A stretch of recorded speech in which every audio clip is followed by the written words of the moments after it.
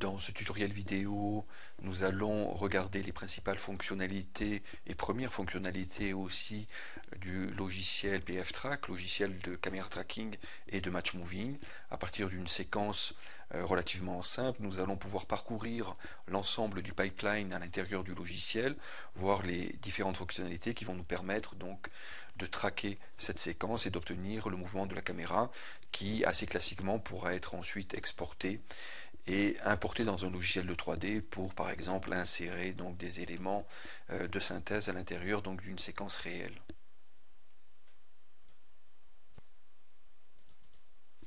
Nous allons commencer à regarder ici donc l'interface de ce logiciel. En mode production, comme on le voit ici sur l'écran, l'interface se divise en trois grandes parties. Une partie supérieure divisée en deux. D'un côté, sur la gauche, on va avoir la construction nodale du pipeline donc, de travail dans PFTrack. Donc, le premier intérêt de ce logiciel-là, c'est qu'il est en système nodal, ce qui va nous permettre de réaliser donc des pipelines de connexion différents, comme on peut le voir ici, ou par exemple après test object ici, on a deux branches qui se séparent pour nous donner deux solutions éventuellement différentes ou deux possibilités de travail. Et donc cette méthode nodale qui est aujourd'hui utilisée par pas mal de logiciels dans l'infographie 3D comme Nuke ou Maya est utilisée ici par PFTrack avec un intérêt certain qui bien notamment nous permet encore une fois de pouvoir faire des tests, de pouvoir connecter, déconnecter des nodes de travail, de calcul dans PFTrack. Ok, donc on a cette, on y reviendra bien sûr dessus, on a cette partie, cette fenêtre ici, qui est la fenêtre nodale, sur la gauche donc de l'interface par défaut. On verra que l'on peut donc modifier aussi cette interface-là. Et sur la partie supérieure et sur la droite, on a donc la fenêtre dit en mode cinéma, qui permet donc de voir le footage. Alors c'est pas le seul mode de cette fenêtre-là, on peut le changer ici avec des icônes qui sont juste au-dessus, au centre de l'interface. On verra donc les différentes possibilités, mais en règle générale, et dans la phase, je dirais, de pipeline, eh bien, on est dans ce mode-là, dans le mode dit cinéma, qui nous permet d'une part donc de voir notre footage et de pouvoir donc le traiter en animation, en mouvement, avec donc les éléments de lecture, d'arrêt, d'avance image par image, ou d'avance donc d'une clé à l'autre, ici, et puis on a complètement en bas la ligne de temps que l'on va pouvoir donc faire déplacer, enfin déplacer ce qu'on appelle le current time en venant le saisir pour voir avancer donc le footage ici. Ok.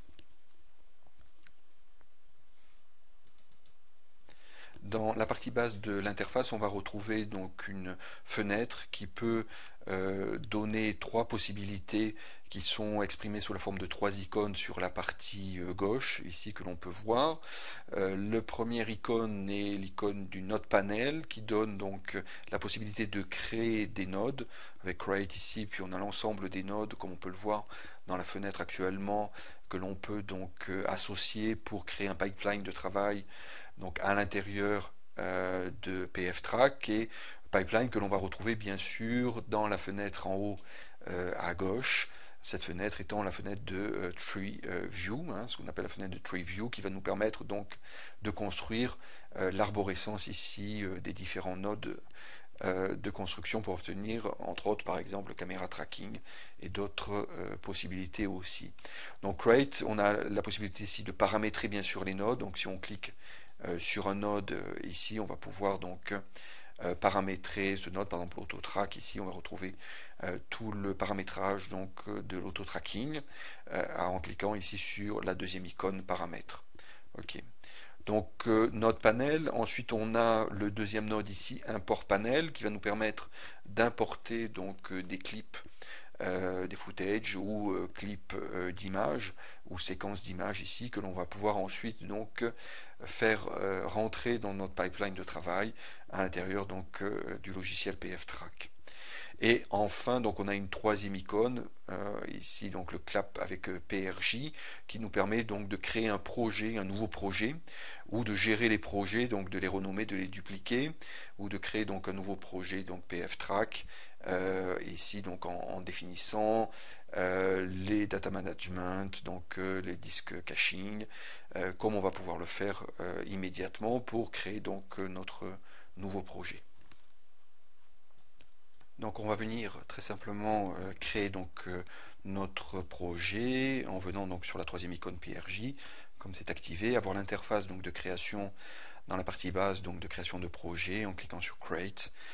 donc name, ici donc on va mettre bâtiment Indus Triel.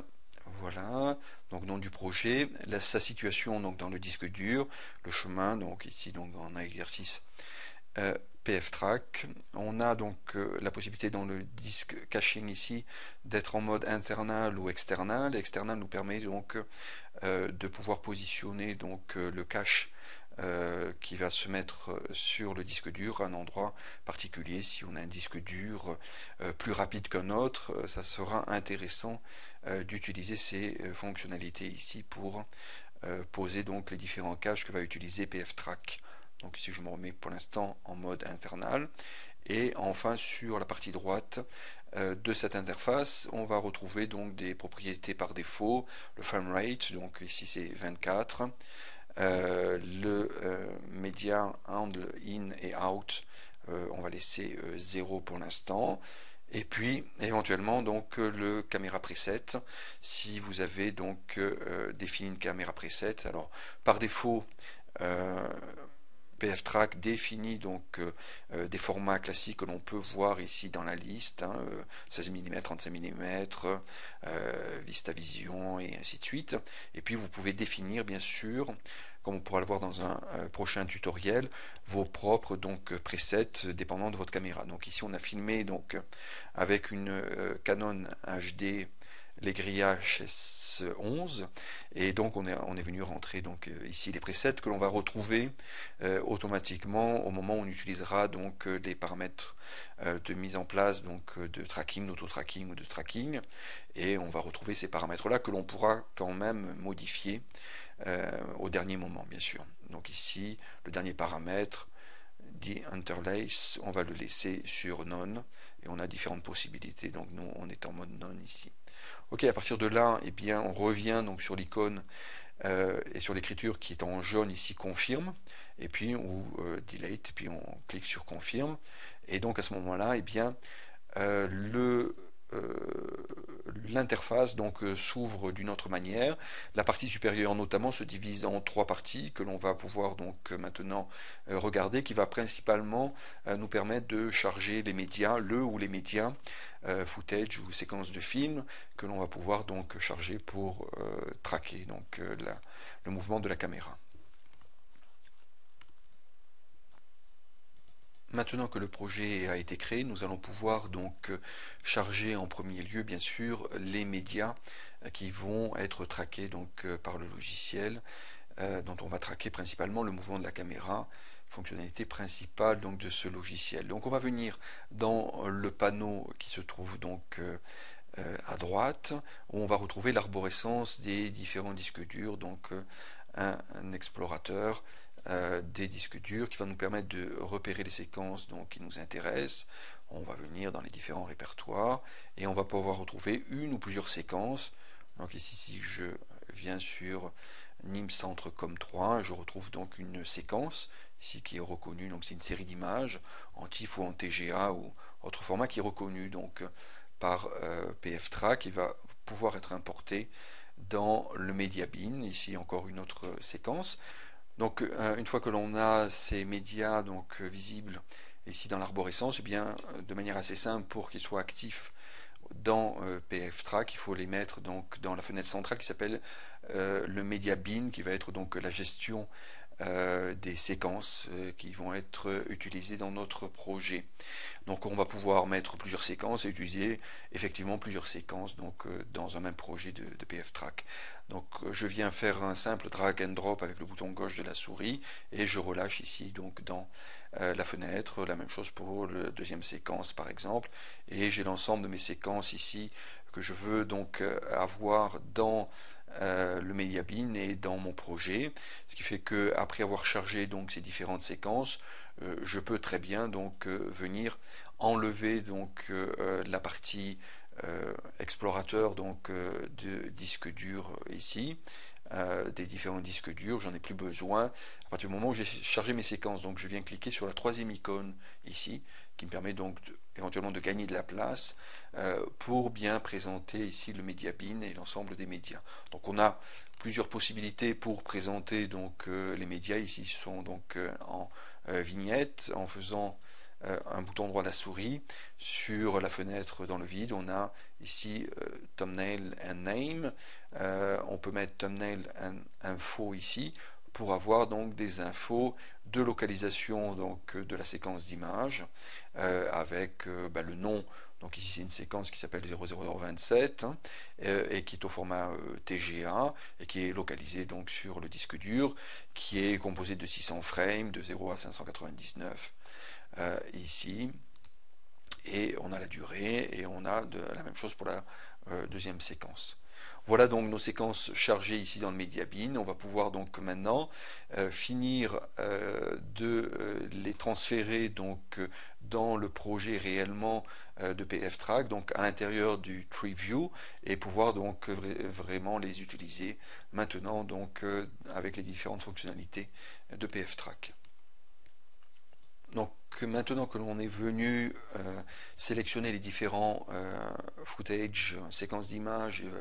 dans le MediaBin, eh bien on va utiliser donc maintenant ces médias ici qui sont listés donc dans le MediaBin pour notre projet. Donc là on n'a pas besoin des deux. Dans tous les cas on va en utiliser dans un premier temps un seul qui est NIMCentre ici que l'on va prendre et faire exactement la même chose que précédemment, un drag and drop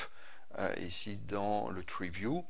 et on relâche, et donc à ce moment-là on a un node qui est créé, que l'on voit donc apparaître. Donc un node a des connexions d'entrée et de sortie, ici c'est des connexions donc de sortie de output qui vont aller donc à l'intérieur d'un input d'un autre node pour la connexion comme on va pouvoir le faire. Donc automatiquement dès qu'on a fait un drag and drop sur la partie supérieure de l'interface, qu'est-ce qui s'est passé? Eh bien, donc on a récupéré ce node et simultanément, on est passé en mode dit cinéma. Ça veut dire que l'on voit notre séquence, on voit notre ligne de temps ici sur laquelle on va pouvoir déplacer le current time, donc la barre de temps courant pour visualiser donc l'ensemble de la séquence, s'arrêter à un endroit donné. On verra les différentes fonctionnalités, donc bien sûr et possibilités donc de cette barre de temps ici. On peut lancer aussi avec les différentes icônes ici de lecture, relecture, marche avant, marche arrière, lire la séquence donc ici comme on peut le voir. Ok, stopper, voilà, et revenir. Et puis, étant donné que maintenant on a mis à l'intérieur d'un node la séquence d'images, eh bien on peut avoir des informations donc sur ce node et donc forcément sur la séquence d'images dans la partie inférieure donc de l'interface, dans le node panel, donc la première icône des trois icônes à gauche, et puis dans la deuxième série d'icônes, au lieu de create, on est dans paramètres ici et on retrouve donc les caractéristiques donc de ce média, de ce clip ici, donc avec le frame rate, le in point, le out point que l'on peut modifier, c'est-à-dire qu'on commence à la frame 51 et on finit à la frame 450, et si on veut limiter ici, donc par exemple le out point, c'est-à-dire venir stopper donc le par ici, donc par exemple en 250, voilà, ok, la séquence, et bien ici on viendra donc cliquer sur out point et rentrer au clavier 250.